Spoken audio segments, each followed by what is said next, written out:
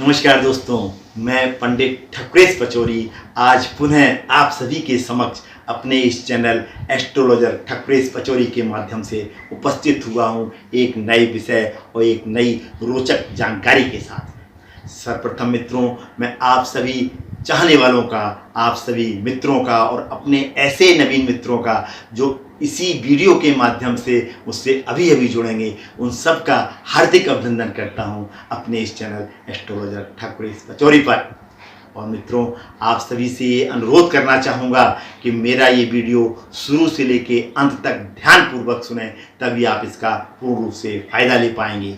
और यदि आपको मेरा ये वीडियो अच्छा लगता है तो इसको ज़्यादा से ज़्यादा सोशल मीडिया पर अपने रिश्तेदारों को, अपने जानने वालों को और अपने मित्रों को शेयर करना ना भूलें, ताकि वो भी इस जानकारी का घर बैठे लाभ प्राप्त कर सकें। और यदि मित्रों आपने अभी तक मेरा ये चैनल सब्सक्राइब नहीं किया है तो इसको तुरंत सब्सक्राइब करें, और यदि आपने कर दिया है तो अपने जानने वालों से, अपने रिश्तेदारों से और अपनों से मेरा ये चैनल सब्सक्राइब कराना न भूलें। यदि आप मित्रों इस तरह से मुझे सहयोग देते रहेंगे तो मेरा जो मॉरल है, मेरा जो उत्साह है, उत्साहवर्धन होता रहेगा और मैं छोटी छोटी सी सटीक और अच्छी जानकारियाँ आपको इसी तरीके से घर बैठे प्राप्त कराता रहूँगा। और बेल आइकॉन को भी प्रेस करें, ताकि आपको सर्वप्रथम इस तरह की जानकारियों के नोटिफिकेशन प्राप्त हो सके। मित्रों, आज का जो हमारा विषय है वो बहुत ही रोचक है। वो विषय है, उसका नाम है कि मूल नक्षत्र कौन कौन से होते हैं, और यदि बच्चा मूल नक्षत्र में पैदा होता है तो उसकी शांति आवश्यक क्यों है, और यदि बच्चा मूल नक्षत्र में पैदा होता है तो उसकी लाइफ में क्या क्या परेशानियां आती हैं, इन सभी बातों पर मित्रों हम चर्चा करने वाले हैं। तो आइए मित्रों, हम आते हैं अपने विषय पर। ज्योतिष शास्त्र में 27 नक्षत्रों को माना गया है। उनमें से जो 6 नक्षत्र हैं वो मूल के माने गए हैं, और हर नक्षत्र के मित्रों 4-4 चरण होते हैं। इस पर भी हम चर्चा करेंगे। तो जो मूल नक्षत्र में यदि कोई बालक पैदा होता है तो ऐसी मान्यता है कि उस मूल नक्षत्र की 27 दिनों के अंदर शांति होना अति आवश्यक है। इसके बाद ही पिता उस बालक का मुख देख सकते हैं।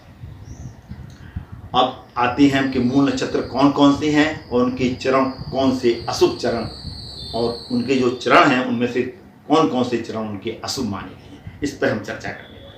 तो मित्रों, अश्विनी, मघा और मूल, अश्लेषा, ज्येष्ठा और रेवती, ये जो 6 नक्षत्र हैं ये मूल के नक्षत्र हैं।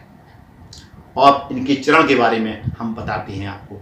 अश्विनी का जो पहला चरण है वो पिता और संतान के लिए मित्रों हानिकारक होता है। इसी तरीके से मघा का पहला और तीसरा चरण भी पिता और संतान के लिए हानिकारक होता है। और मूल का है वो पहला, दूसरा और तीसरा चरण अशुभ माना गया है। इसी तरीके से अश्लेषा और ज्येष्ठा के चारों चरण अशुभ माने गए हैं, और रेवती का जो चतुर्थ चरण है वो बालक के लिए अशुभ माना गया है। तो बच्चा यदि मूल नक्षत्र के अशुभ चरण में यदि बालक कोई पैदा होता है तो उसको पैदा होते ही गंभीर बीमारियां घेर लेती हैं, और वो बीमारियां कभी कभी बालक को मृत्यु तक ले जाती हैं। और कभी कभी इस तरह की घटनाएं चरणों के हिसाब से माता पिता के ऊपर भी घटित हो जाती हैं।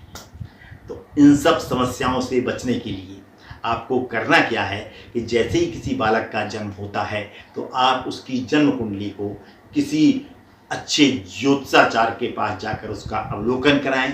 अवलोकन कराकर इस तरह की घटनाएं हैं, यदि बच्चा बीमार हो रहा है या माता पिता के साथ में कोई समस्याएं हो रही हैं, तो ऐसे बालक की जन्म कुंडली का जरूर अवलोकन करा के ये जान लें कि समस्या क्या है, और उस एस्ट्रोलॉजर के द्वारा, उस ज्योतिषाचार्य के द्वारा जो उचित उपाय बताए जाएं वो विधिवत उन उपायों को, डॉक्टरी सलाह के अलावा उन उपायों को भी अवश्य करें। मित्रों, मैं हमेशा कहता हूँ कि दवा और दुआ दोनों मिलकर बहुत ही चमत्कारिक परिणाम देते हैं।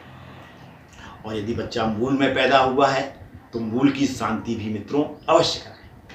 और एक सलाह मैं इस चैनल के माध्यम से आपको अवश्य देना चाहूँगा। यदि आपके घर में कोई स्त्री किसी बालक को जन्म देने वाली है और डॉक्टर ने उसके लिए ऑपरेशन बताया है कि इनके ऑपरेशन से ही बालक पैदा होगा, बच्चा पैदा होगा, तो किसी अच्छे एस्ट्रोलॉजर के पास, ज्योतिषाचार्य के पास जाकर उस ऑपरेशन का समय और दिन निर्धारित कर लें, ताकि ऐसी आने वाली घटनाओं से, समस्याओं से आप अपने बालक को, अपने परिवार को, अपने आप को बचा सकें। क्योंकि वो जो कैलकुलेशन करके देगा वो इन सब चीज़ों का ध्यान रख के आपको तारीख और समय बताएगा।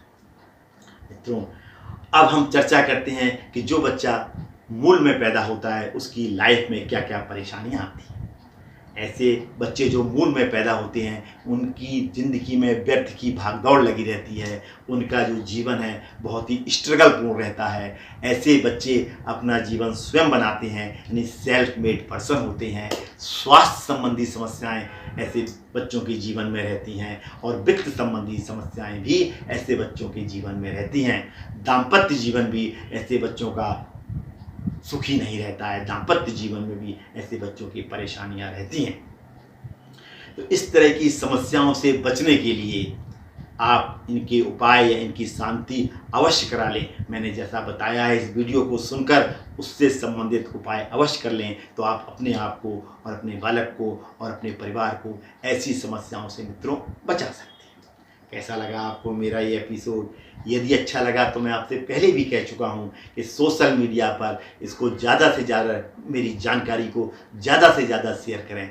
आज मैं अपनी वाणी को यहीं विराम देता हूँ। पुनः मुलाकात होगी किसी नए विषय, किसी नई चर्चा के साथ में। तब तक देखते रहिए मित्रों मेरा ये चैनल एस्ट्रोलॉजर ठकुरेश पचौरी, और मेरी सटीक जानकारियों को ज़्यादा से ज़्यादा शेयर करते रहिए। मित्रों, यदि आप मुझसे पर्सनली मिलना चाहते हैं, ओवर फोन भी कंसल्टेशन लेना चाहते हैं, तो इसकी पूरी जानकारी मेरे डिस्क्रिप्शन बॉक्स में दी गई है। धन्यवाद मित्रों, अपना बहुमूल्य समय देने के लिए बहुत बहुत धन्यवाद।